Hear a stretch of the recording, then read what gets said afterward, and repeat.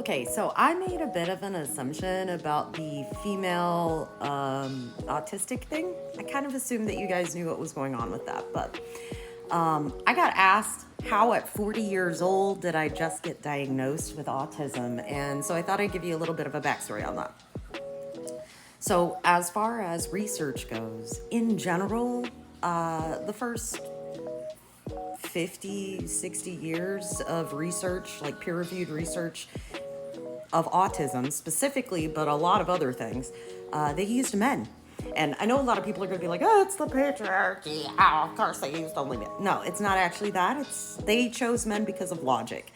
So the bottom line is, when you're looking for median data or mean data, like the something that goes over an extended period of time, you've got to take into consideration your hormone cycles. Now, the hormone cycle for a dude is a lot shorter than a hormone cycle for a female. So if you need to say get 6 hormone cycles through in order to get the mean data on something else that you're looking for, you would have to do it for 6 months with a female instead of 7 days for a male.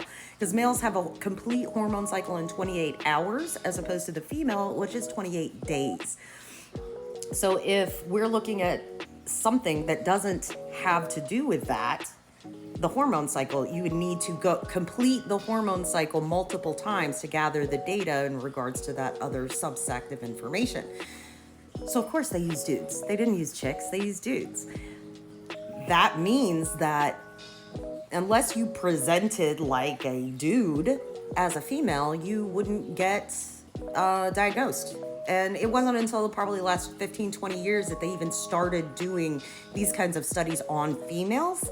And it takes time to do those studies, to peer review those studies, and then to get that data out. And that's really what the DSM-5, the newest iteration of the DSM for psychology, came out with. That's why it's there. You know, where ASD is now more, autism spectrum disorder is now more of an umbrella term, because they're realizing that a lot of these, like Asperger's, which is what I was diagnosed with, Asperger's syndrome is ASD.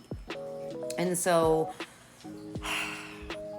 because there's new information out and new updated criterion for what ASD is, there's new and expanded people added to those diagnoses, which is really cool because we're starting to learn a whole lot more about what autism actually is, how it relates to the individual, but also how it relates to the culture and the society at large. We're finding that it's a genetic mutation, that it actually belongs. I mean, weirdly enough, there's autistic fruit, because I mean, autism that we've denotated, I think it's like 6 of the 7 different chromosomes that we think are in the genome that create autism. And I mean, bananas are like 98% the same DNA as us. So you can have, I think we've identified like 3 or 4 of those 7 in bananas.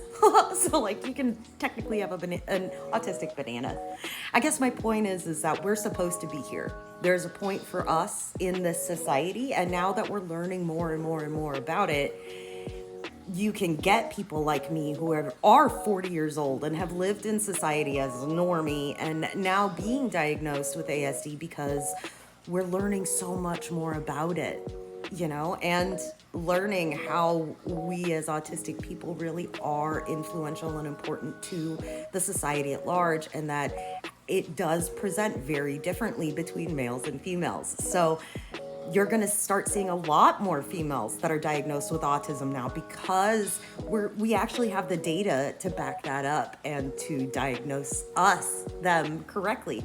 And I'm really personally looking forward to proving that autism with the spectrum, regardless, like there's room for us. We're meant to be here. You know what I mean? There's room for us in society. There are brilliant autistic people that are amazing engineers and mathematicians that belong here, that we can really integrate into the world now that we know more. And I'm looking forward to that.